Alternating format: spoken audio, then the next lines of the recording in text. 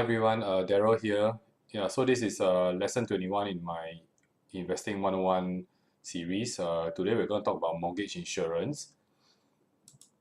Okay, so actually most of you guys who take a loan, right, your finance company will actually get you to uh, take up a mortgage insurance. That's in the event that something actually happens to the borrower, then the house will be fully paid for.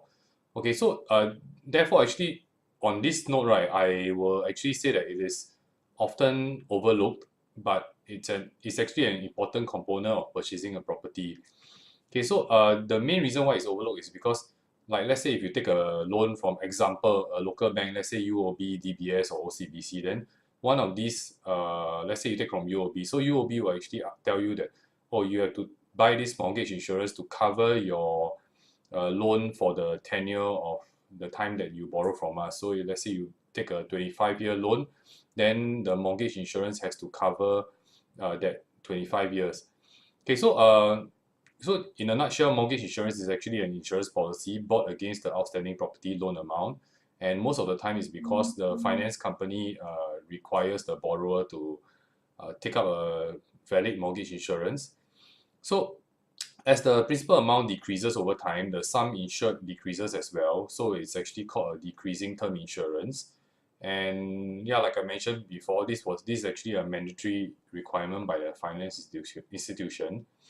So most of the time, right, if you take a loan from example UOB, in my example UOB, then UOB will actually ask you to take up a mortgage insurance with them. So it comes bundled together.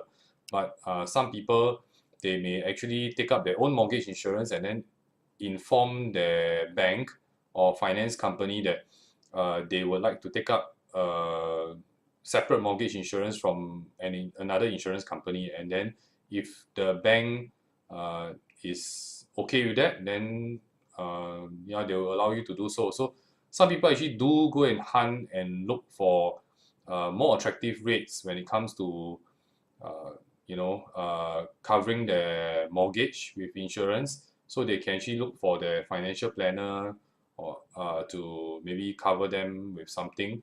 Then so long as it falls into place with what the bank or finance company requires, then they may be allowed to take their own private mortgage insurance. Yep. So yeah, so it's actually like a traditional term insurance. Uh, yeah. So in a nutshell, right, like a non-decreasing traditional term insurance, right, may not be too much more expensive than mortgage insurance. So like let's say if I cover myself for maybe like $1 million, yeah, then uh, the premium, right, may not be too far away from uh, paying the mortgage insurance, because mortgage insurance is a decreasing term insurance. So the decreasing term insurance, right, there's some administrative cost to having to revise your premium and calculate everything as time goes by. So therefore, the administrative cost of maintaining this insurance is a bit more expensive than, let's say, just a traditional term insurance. So if let's say you're of a certain age and then you want to cover like 1 million, then the the figure is there. Whether you're a smoker or non-smoker, you fall into different brackets. So like I mentioned before, so the finance institution may accept your arrangement to cover your mortgage with your own insurance. And then but in a nutshell, like for me, I have a housing loan. My finance company actually requires that I purchase their own in-house mortgage insurance. Yeah. So this is actually one cost which a lot of people actually do overlook when they take a housing loan. Yeah, you still have to pay for mortgage insurance in Singapore when you take a housing loan from a finance company. And this actually is quite common across all over the world. Whenever you take you finance your house, you have to pay for mortgage insurance. Yep. So that's all for this week, and I'll see you guys at the next video.